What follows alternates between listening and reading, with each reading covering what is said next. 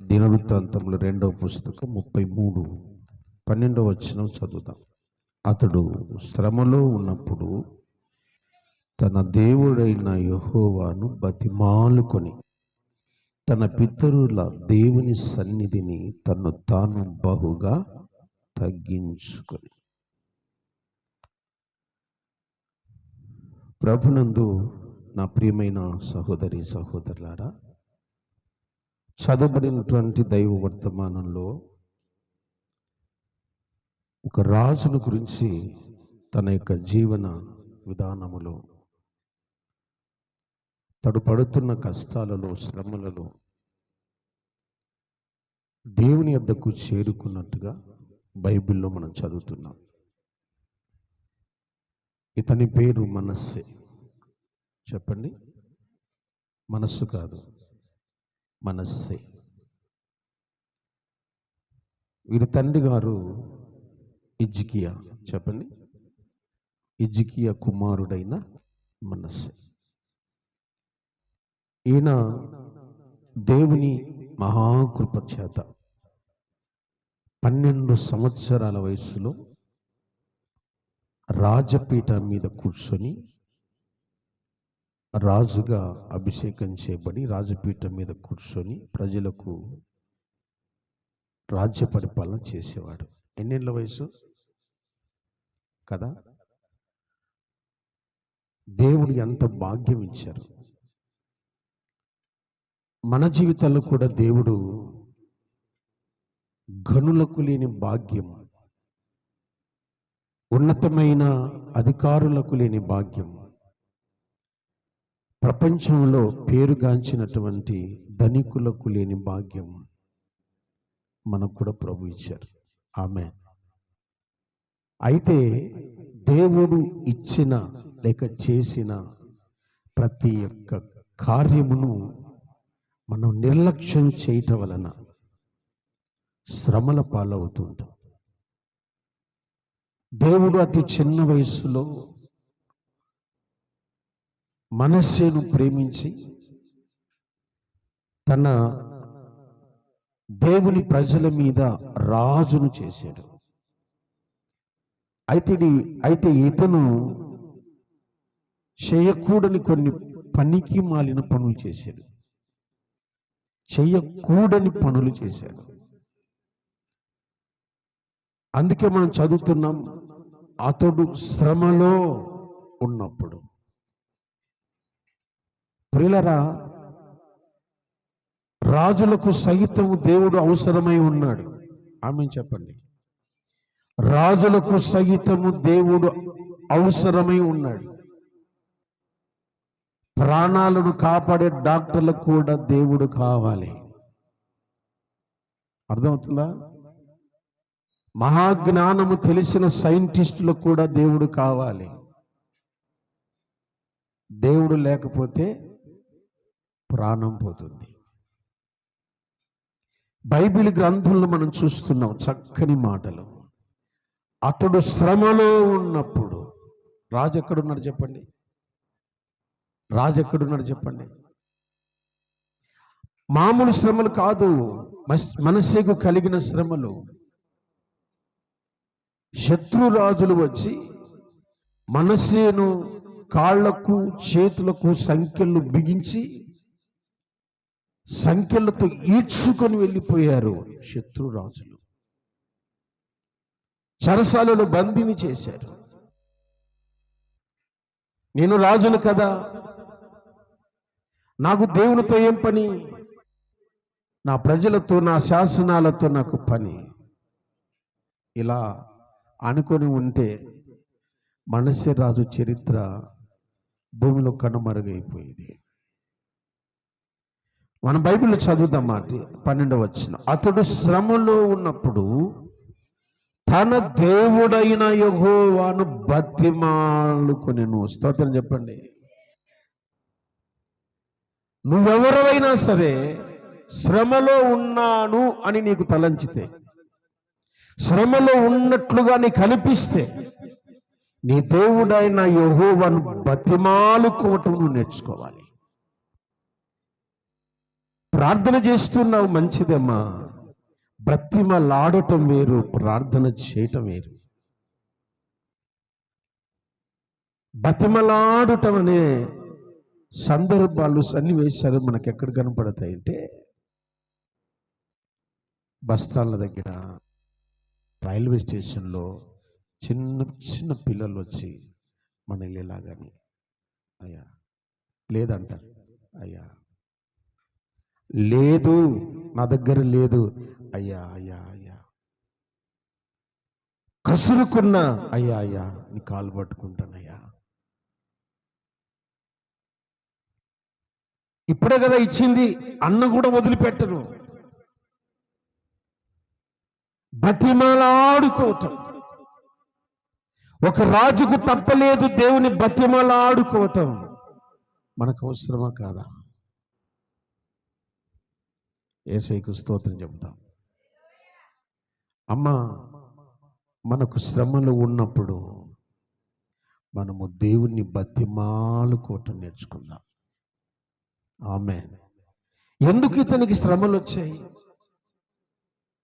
ఎందుకు ఇతనికి శ్రమలు వచ్చాయి అంటే, బైబిల్లో మనము కొన్ని మాటలు చదువుకుంటూ వద్దాం. 2వ వచనం. అతడు, అమ్మ ఇతడు కదా,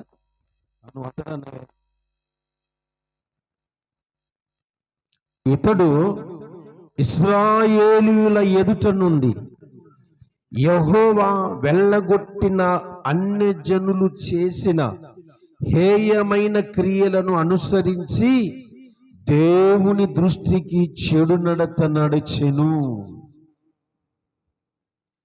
దేవుడు వెళ్ళగొట్టించిన హేయమైన క్రియలు, అసహ్యమైన క్రియలు, వీటిని అనుసరించి దేవుని దృష్టికి చెడు నడత నడచెను. నీకు శ్రమలు ఎందుకు వస్తున్నాయి తెలుసా? హేయమైన క్రియలు నువ్వు చేయటం ప్రారంభించావు. హేయమైన కార్యాలలో నువ్వు పాలు పొందుతూ ఉన్నావు. నువ్వు వెళ్ళకూడదు కానీ వెళ్తున్నావు. నువ్వు చేయకూడదు కానీ చేస్తున్నావు. మనం దేవుని పిల్లలం. నమ్మిన వాళ్ళంతా చెప్పండి. నా ప్రేమైన దేవుని సంగమా, శ్రమలకు కారణం హేయమైన క్రియలు.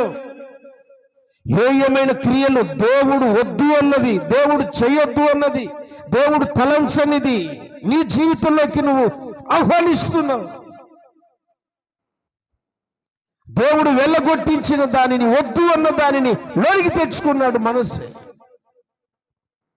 ఆ తర్వాత ఏం చేశాడో చూద్దాం. అతడు తన తండ్రి అయిన హిజ్కియా పడగొట్టిన ఉన్నత స్థలమును తిరిగి కట్టించి, బయలు దేవతలకు బలిపీఠము కట్టించి, దేవతా స్తంభములను చేయించి, ఆకాశ నక్షత్రములన్నిటిని పూజించి. చూసారా అయ్యా, మనం దేవుని పిల్లలమండి. ఏది చేయకూడదో, ఏది వినకూడదో, ఏది మాట్లాడకూడదో, ఎక్కడ ఉండకూడదో మనం నేర్చుకోవాలి. నువ్వు నేర్చుకోకపోతే నష్టపోతావు. నాకు తెలియదు అంటే నువ్వు నష్టపోతావు. దేవుడు, ఒకవేళ మనుషులు సరే అంటారేమో కానీ దేవుడు మాత్రం ఈ విషయంలో క్షమించాడు. ఏ విషయంలో? విగ్రహారాధన విషయంలో. ఈ రాజు ఏం చేశాడు తెలుసా? చిన్న వయసులో దేవుడు నన్ను ప్రేమించి ఒక రాజుని చేశాడు. ఈ గౌరవాన్ని, ఈ పదవిని, ఈ విలువను మనం కాపాడుకుందాం. హద్దులు దాటకుండా పెద్దలను అడిగి, మా నాన్న ఏం చేసేవాడు, మా పితరులు ఎలా బ్రతికారు, వాళ్ళలో సత్ప్రవర్తన కలిగిన వాళ్ళు ఎవరున్నారు, వాళ్ళను అనుసరించి కదా అండి నడవాలి. అలా కాకుండా తన తండ్రి అయిన హిజ్కియా పడగొట్టించిన దేవతా స్తంభములన్నీ కూడా తిరిగి కట్టించి, ఆకాశ నక్షత్రములకు బలిపీఠాలు కట్టడం మొదలుపెట్టాడు. అదేదో కడత ఎక్కడో కట్టుకున్నది వేరు. దేవుని మందిరములోనికి తోడుకొను. దేవుని మందిరములో మీరు తర్వాత లేకపోతే కింది వచనాలు చదివితే దేవుని మందిరములో పరిశుద్ధ స్థలములో ఒకటి, అతి పరిశుద్ధ స్థలములో మరొకటి, 2 బలిపీఠాలు ఒకే మందిరంలో కట్టించాడు ఈయన. మీలాంటి పెద్దలు, అనుభవజ్ఞులైన వాళ్ళు, పరిశుద్ధంగా బ్రతకాలనుకున్న వాళ్ళు, చిన్న బిడ్డ కదా తెలియదులే అనుకుని 4 మాటలు చెప్పాలనుకున్నారు. 4 మాటలు చెప్పాలనుకున్నారు. అయ్యా రాజా మనస్సు గారు, మీతో కొన్ని మాటలు చెప్తామండి. మీ నాన్నగారు మంచి భక్తిపరుడు. కష్టం వచ్చినప్పుడు, శ్రమ వచ్చినప్పుడు ఇదిగో దైవజనుని దగ్గరికి వెళ్ళి దైవజనుని దగ్గర సలహాలు అడిగి ఆ సలహా ప్రకారం నడిచిన మంచి యోధుడయ్యా. హిజ్కియా కాలంలో యుద్ధములు జరగలేదు నాయనా అని చెప్పడానికి కొంతమంది పెద్దలు వచ్చి కూర్చుని మాట్లాడుతున్నారు. ఏదో నీకు తెలియదు కాబట్టి, చిన్నుడు కాబట్టి చెప్దామని వచ్చాం. చూడండి 10వ వచనం చూద్దాం మనం. యెహోవా మనస్సేకు అతని జనులకు వర్తమానములు పంపినను వారు చెవి ఒగ్గలేదు. వర్తమానం పంపించాడు దేవుడు, పెద్దలు పురమాయించాడు, అనుభవజ్ఞులైన వాటిని పురమాయించాడు. వెళ్ళి చెప్పు నాయనా, పిల్లడేదో తెలియజేస్తూ ఉన్నాడు. నా ప్రేమిన సహోదరి సహోదరులారా, మనం కూడా మనుషులం కాబట్టి, పొరపాటు మనుషులం కాబట్టి, తప్పుడు మనుషులం కాబట్టి, పొరపాట్లు చేసినప్పుడు సంఘంలో పెద్దలో లేకపోతే సంఘంలో ఎవరైనా సభ్యులో లేకపోతే సేవకుడో ఇరుగు పొరుగు వారు, నాయన మీరు చర్చికి వెళ్తారు, అలాంటి మాటలు మాట్లాడకూడదు, ఇలాంటి స్థలాల్లో ఉండకూడదు, మీరు చర్చికి వెళ్తుంటారు, మీకు మీ పరిచర్యకు లేకపోతే మనకు మన పరిచర్యకు మనకు మన సేవకునికి కొంచెం ఇబ్బందులు వస్తాయి, దయచేసి ఇలాంటి పనులు చేయొద్దు అని మీతో చెప్తే నువ్వెవరు నాకు చెప్పనీకి, నీ పిల్లలకు చెప్పుకోవో అనే వాళ్ళని మనం చూస్తాం. భయపడని వాళ్ళంతా కూడా ఈ మనుషులే. ఈ మనసే యొక్క సంతతి వాళ్ళు ఎలాంటి వాళ్ళో తెలుసా? ఎవరు చెవి ఒగ్గలేదట. నువ్వు చేస్తున్నది తప్పు. దేవుడు వారితో మాట్లాడించాడు. దేవుడు నీ ఇరుగు పొరుగు వారితో మాట్లాడిస్తాడు, సంఘాలతో పెద్దలతో మాట్లాడిస్తాడు. అవును కదా, నేను చేస్తున్నది తప్పు అని నువ్వు అప్పుడే సరి చేయబడితే నీ నివాస స్థలం వర్ధిల్లుతుంది. ఆమె చెప్పండి గట్టిగా, హల్లెలూయా. ఎంత పురమాయించినా, ఎన్ని వర్తమానాలు పంపినా చెవి యొగ్గకపోగా చూద్దాం. కాబట్టి యెహోవా అష్షూరు రాజు యొక్క సైన్యములకును వారి మీదికి రప్పించాను. మనస్సే తప్పించుకొని పోకుండా వారు అతని పట్టుకొని, ఎంత దారుణం, గొలుసులతో కుక్కని కట్టేసినట్టుగా కట్టేశారట. కుక్కని కట్టేసినట్టుగా గొలుసులతో కలిసి ఈడ్చుకెళ్తున్నారు. చిన్న వయసులో, తెలిసి తెలియని వయసులో, తెలిసి తెలియని భక్తిలో నీ జీవితాన్ని నువ్వు కొనసాగిస్తూ ఉంటే పరిశుద్ధాత్మ దేవుడు నీతోనే మాట్లాడుతున్నాడు. అయ్యా, మనకు శ్రమలు ఉన్నాయి, మన కష్టాలు ఉన్నాయి, మనకు నిందలు ఉన్నాయి, మనకు అవమానాలు జరుగుతున్నాయి. కుటుంబంలో ఒకరి తర్వాత ఒకరికి కష్టం నష్టం కలుగుతుంది, శోధన కలుగుతుంది, అవమానాలు కలుగుతున్నాయి, అప్పులు ఎక్కువైపోతున్నాయి. నువ్వు ఎప్పుడైనా కళ్ళు తెరువు, హేయమైన క్రియలు చేయటం ఆపేసాయి. ఆమేన్, హల్లెలూయా.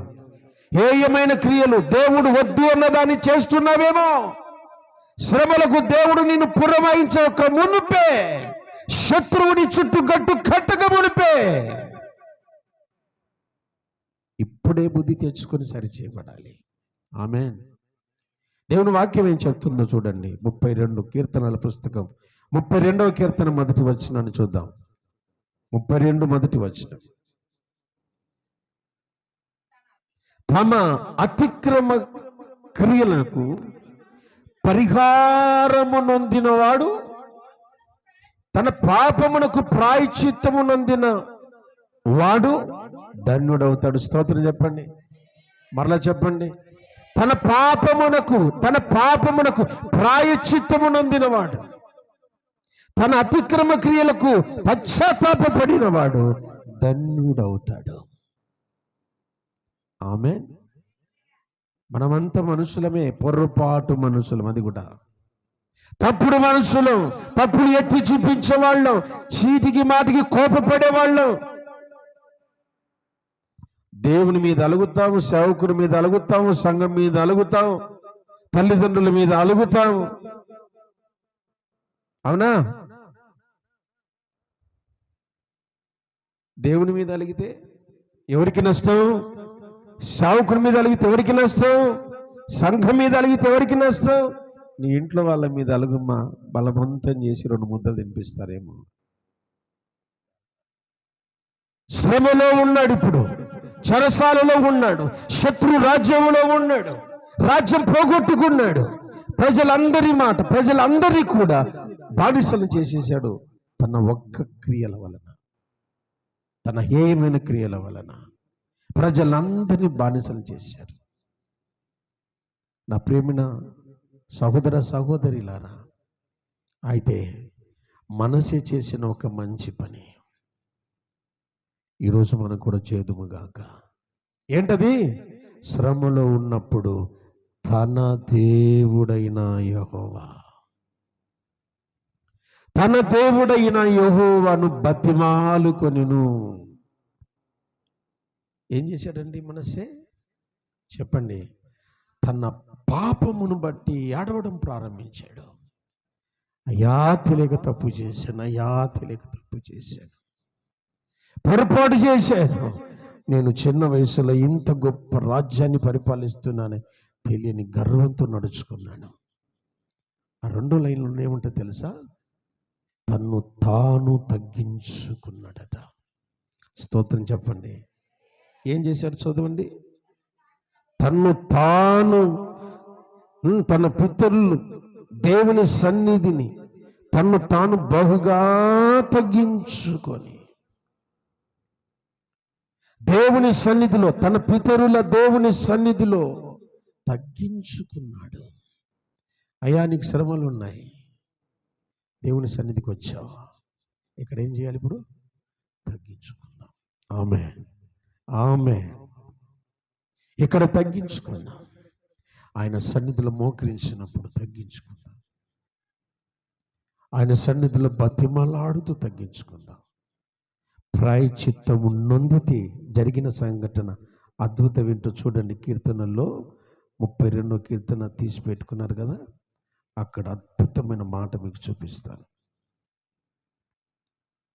ఇప్పుడు చూద్దాం. 7వ వచనం చదువుదామా?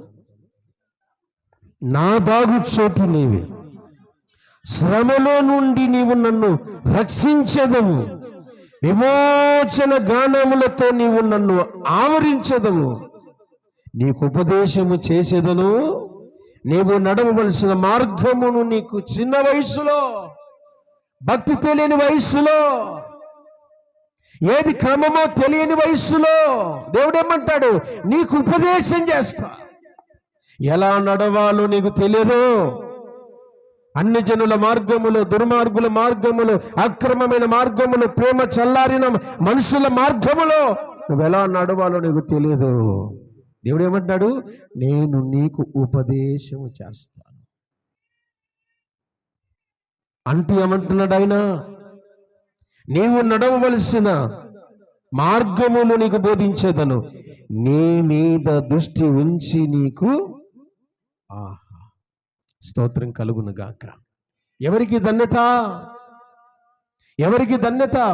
పాపమునకు ప్రాయశ్చిత్తము నొందిన వాడికి, తగ్గించుకున్న వాడికి, శ్రమలలో దేవుని యొద్దకు వచ్చిన వాడికి దేవుడు ఏమంటాడు తెలుసా? నీ మీద దృష్టి ఉంచుతాడు, నీకు ఆలోచనలు చెప్తాడు, నీవు నడవలసిన మార్గాలలో నిన్ను నడిపిస్తాడు, కష్టాలలో నుండి, శ్రమలలో నుండి నిన్ను విడిపిస్తాడు. నా ప్రియమైన సహోదరి సహోదరులారా, దేవుని వాక్యం చెబుతుంది, ఎవరైనా దీన మనసుతో ఆయన ఎద్దుకు వచ్చయ్యా నన్ను క్షమించు అంటే ఏమంటారు తెలుసా? క్షమించుటకు ఆయనకు సిద్ధ మనస్సు కలిగిన దేవుడు. ఆమె చెప్పండి. ఎవరైనా సిద్ధ మనస్సు కలిగిన దేవుడు, క్షమించే మనస్సు కలిగిన దేవుడు. ఎప్పుడు వస్తాడా? ఎప్పుడు క్షమించుదామా? మనకు తెలియకుండానే ఎన్నో పాపాలు మనం చేస్తుంటాం. మనకు తెలియకుండానే మనం ఎన్నో అక్రమాలు చేస్తుంటాం. మనకు తెలియకుండానే దేవునికి అసఖ్యమైన కార్యాలు చేస్తుంటాం. ఏం చేద్దాం? ఇప్పుడు క్షమించమని అడిగేద్దాం. మనసే క్షమించమని దేవుని సన్నిధిలో అడిగాడు. దేవుడు ఏం చేశాడో చూడండి. ఆయనకు మొరపెట్టినప్పుడు దేవుడు మనస్సే విన్నపములను ఆలకించను. స్తోత్రం చెప్పండి, మరలా చెప్పండి. హల్లెలూయా. అయ్యా, శ్రమలో దేవుడికి మొరపెడుతుంటే దేవుడు అంటున్నాడు, నీ మొర నేను వింటాను, నీ మొర నేను వింటాను. దేవుని యొద్దకు వచ్చిన ప్రతి ఒక్కరి మొర దేవుడు వింటాడు. ఆమేన్. ఆయన మొర విని ఆలకించి యెరూషలేమునకు, అతని రాజ్యములోనికి అతన్ని తిరిగి తీసుకొని వచ్చెను. యెహోవా దేవుడై ఉన్నాడని దేవునికి స్తోత్రం చెప్పండి. మరలా తోడుకోడు వచ్చాడట, మరలా ఘనతనిచ్చాడట, మరలా జీవితాన్ని ఇచ్చాడట, మరలా గొప్ప పేరునిచ్చాడట. సహోదరి సహోదరులారా, కోల్పోయిన ఉన్నతమైన జీవితాన్ని తిరిగి పొందుకునేలా చేసేది తగ్గించుకొని చేసే ప్రార్థన. తగ్గించుకొని చేసే ప్రార్థన. నువ్వెవ్వరివైనా సరే, ఏ స్థాయిలో ఉన్నా సరే, దేవుని దగ్గర తగ్గించుకుంటూ నువ్వు నేర్చుకోగలిగితే శ్రమలో నీకు తోడై ఉండి నడిపిస్తాడు. ఆమేన్, ఆమేన్. అట్టి కృప మనందరికీ దయచేయునుగాక. తల వంచండి, ప్రార్థన చేసుకుందాం.